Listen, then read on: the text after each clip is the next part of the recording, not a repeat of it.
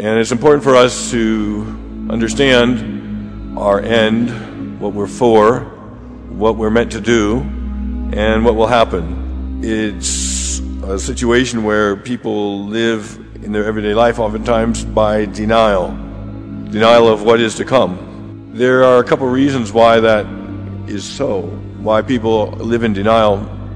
The first reason is that we were not made to die. When we were created, when God created Adam and Eve, He intended for them to spend a certain time in their life on earth, in the Garden of Paradise, and then after a sufficient time of testing, He then wanted Adam and Eve to go with Him to heaven. So that is one of the things that we know.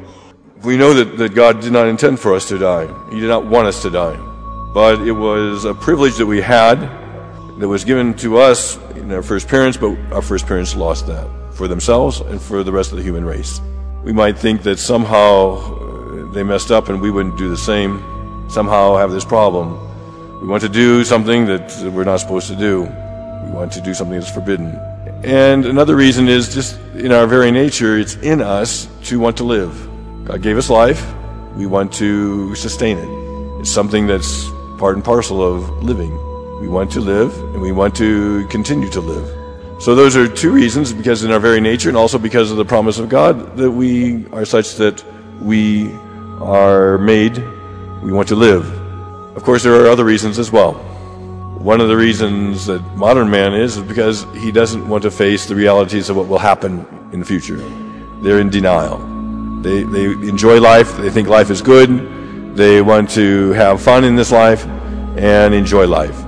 And because they want to enjoy this life, they don't want to be bothered with the things of God, because it puts a damper. It rains on their parade. And so they live their life as if God doesn't exist and it's not going to happen. Unfortunately, it makes death very difficult. It makes death very difficult because he's not ready for it. He lives life in such a way that he doesn't prepare for it at all. And we need to prepare for our death.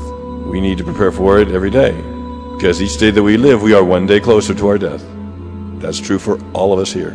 And we will face judgment. The other thing about that judgment for us that's a little bit concerning is that the fact is we've been given very, very much. God has been very good to us. He's been good to us in ways that we oftentimes take for granted. We have the true faith. We have the sacraments. We have all the means throughout our life to sanctify our souls. We have many, many blessings that we have and others do not have. And because of that, then when we have to render account, God will hold us to render account in a more strict way, because we have been given more. We have been given more, and therefore we are going to be asked more strictly, what have we done? Remember the story of the talents. The story of the talents is about the fact that God gave talents to different individuals, and those who use their talents well, God commended them. He praised them for it. We are bound to use our talents that God has given to us, and we're bound to use the gifts that God has provided for us.